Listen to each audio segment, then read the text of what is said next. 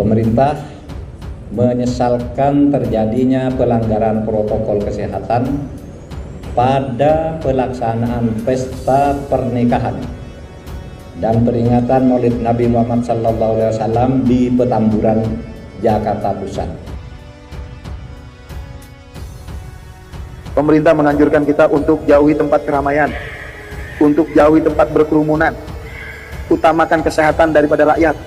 Tapi aneh seribu aneh, kenapa pilkada serentak tetap dilaksanakan?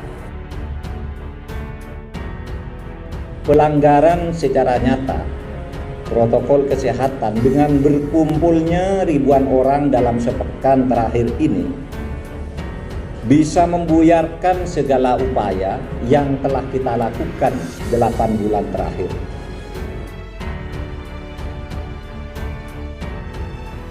Masya Allah, tabarakallah. Apa karena anaknya ingin menjadi salah satu pejabat? Itu hak politis, setiap warga negara memiliki hak politis, termasuk anak-anak saya, memiliki hak politis.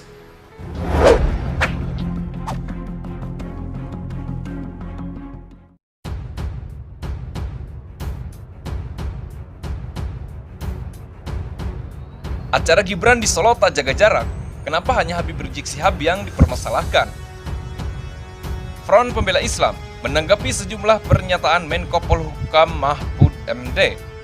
Salah satunya terkait kerumunan massa dalam acara yang dihadiri Imam Besar Front Pembela Islam Habib Rizik Syihab. Kuasa hukum FPI Aziz Yanwar meyakini Mahfud MD memiliki tujuan lain untuk mempermasalahkan Habib Rizik. Permasalahan tersebut tidak hanya tentang protokol kesehatan. Aziz mengklaim bila soal protokol kesehatan, pihaknya telah menyelesaikan sanksi administrasi dari Satpol PP DKI. FPI telah dikenakan denda sebesar 50 juta rupiah oleh Pemprov DKI karena menggelar acara yang dihadiri banyak orang di Petamburan pada Sabtu 14 November. Jadi saya melihat ini bukan masalah pelanggaran protokol kesehatan semata, tapi ada maksud untuk mempermasalahkan apapun terkait Habib Rizik Syihab dan yang pro dengan beliau dan terhadap Gubernur DKI Jakarta yang dicintai warganya. Menurut Aziz, ada sejumlah acara yang diselenggarakan pejabat negara tapi melanggar protokol kesehatan. Namun, acara tersebut tak dipermasalahkan. Aziz selalu menjabarkan acara pejabat negara yang melanggar protokol kesehatan, mulai dari pertemuan menteri di Bali pada Agustus lalu hingga pendaftaran putra Presiden Jokowi Gibran Rakabuming sebagai calon wali kota Solo. Pertemuan Jokowi di Hotel Sorong yang kumpulkan massa tanpa jaga jarak. Waktu daftar bakal calon Walkot Solo itu kumpul banyak orang tanpa jaga jarak, tutur kuasa hukum Front Pembela Islam Aziz Yanwar. Untuk itu, Aziz meminta Mahfud MD adil dalam melihat kondisi di berbagai daerah. Dia meminta tak menyudutkan Habib Rizik Syihab yang memberi ceramah. Jadi tolong terapkan keadilan dalam menyikapi sesuatu. Mahfud MD sebelumnya menyayangkan adanya kerumunan saat peringatan Maulid Nabi dan pernikahan putri Habib Rizik Syihab di kawasan Petamburan. Mahfud mengaku pemerintah sudah memperingatkan Anies agar meminta penyelenggara kerumunan untuk mematuhi protokol kesehatan, di mana pemerintah sebenarnya telah memperingatkan Gubernur DKI untuk meminta penyelenggara agar mematuhi protokol kesehatan.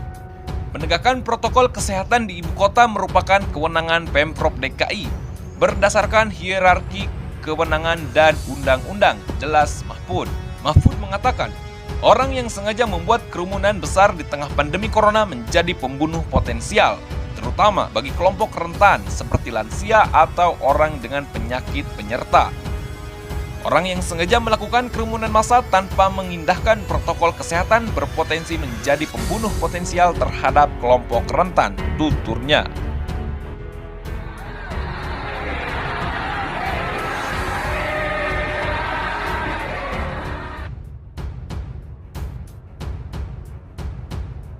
Dua Kapolda dicopot.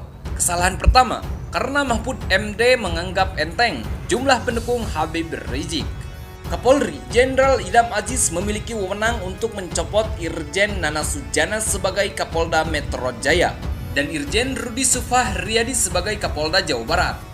Dua Kapolda itu dianggap tidak mengetatkan protokol kesehatan COVID-19 terkait dengan kerumunan massa pada acara yang diadakan dan dihadiri Imam Besar Front Pembela Islam, Habib Muhammad Rizik Syihab, yang bertempat di Petamburan, Jakarta dan Puncak Bogor, Jawa Barat.